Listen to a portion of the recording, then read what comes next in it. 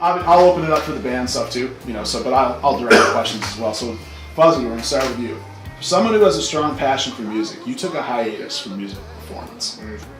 When does this begin? What prompted this break? What brought you back? Began like 2012.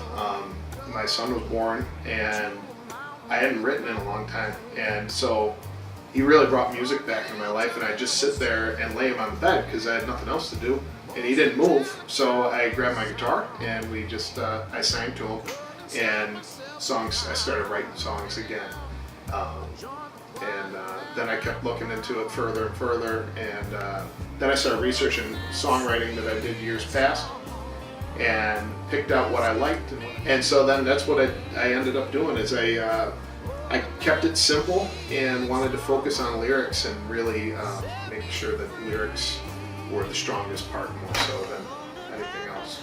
Well, that leads it right into the next one then, because part of that hiatus was a contemplation of your songwriting. Yeah. How did you go about that? Why was this necessary, and what did you learn from that?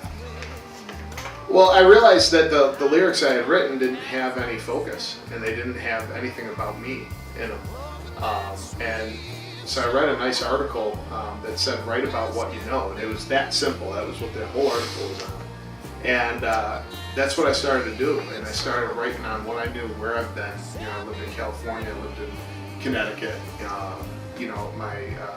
my faith and family and people I've met over the years.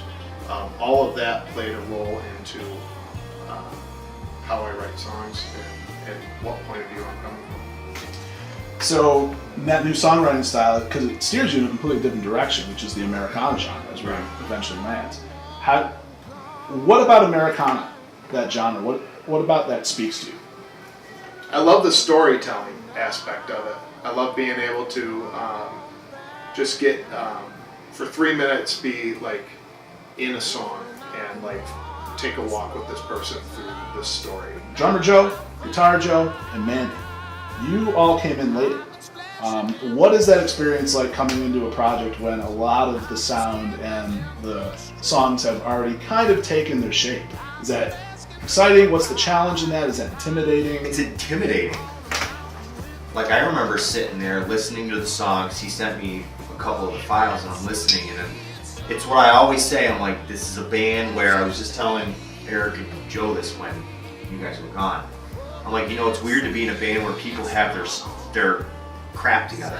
Finally, you're playing with experienced people. Like I play at church with experienced people, but now you're like, this is not like church. So it's like, it's weird to just be with people who are ready, they're prepared. I am never ready and fully prepared.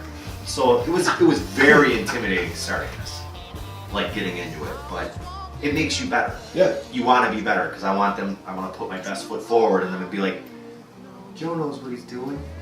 Good. It's a maturity thing for sure from like past band experiences and just showing up to practice, and you at least spend like 30-40 minutes like joking around before you actually start getting work done. Making fart jokes. Yeah. And the rehearsal studio that you provided for us is like incredible, and it's this nice atmosphere, and you get there and everyone's on the same page, and it just is like, everyone ready? Yep. And then it's just like work is getting done and it's comfortable and it works. So, but Joe, you come from a background of metal, right? What's the genre switch like? I guess in the early years, just it felt like as fast as you could play and just crazy gain distortion, and then it's like you're just writing music to like try to impress people. It felt like at a younger age, and sitting down with him and like going through these songs, it's like you really don't need to like complicate anything. It's the little contributions from everybody in the band really tie these songs together, and you get your parts to shine, and but it's the little things that really make the biggest difference in this band. Yeah. So, so what's the? Is there pressure to make it a collaboration, or is there a balance of like, here's the song, this is what I want, and like, when does it become a collaboration? When is it like, let's like this is what needs to be played? Does that make sense?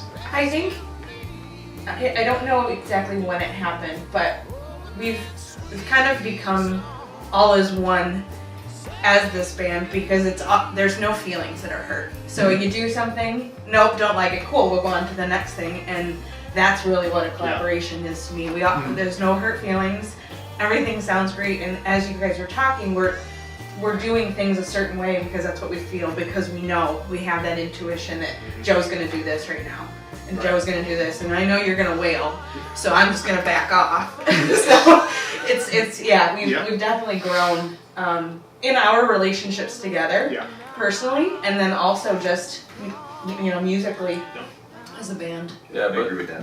I was gonna say, but Fuzzy, he comes in with a strong idea of how he wants the end product, if you will, to sound. So but I think that's a really, really important part of song crafting as a band. When you just kind of say, hey, I've got this thing I'm gonna play, you play whatever on drums, you play whatever on the guitar, you play whatever on bass.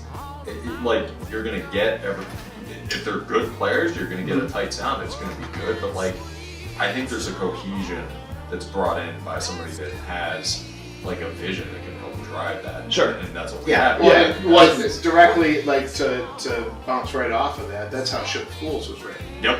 Is I sat down and I wrote this song, and there was this wailing guitar part in my head, and I literally did a voice memo, and I went wow, wow, wow, wow, and I did the whole thing. I sent it to Joe. I go, try to learn this on the guitar, and I sent him then the actual song and stuff. And dude, he came back, and it exceeded my expectations.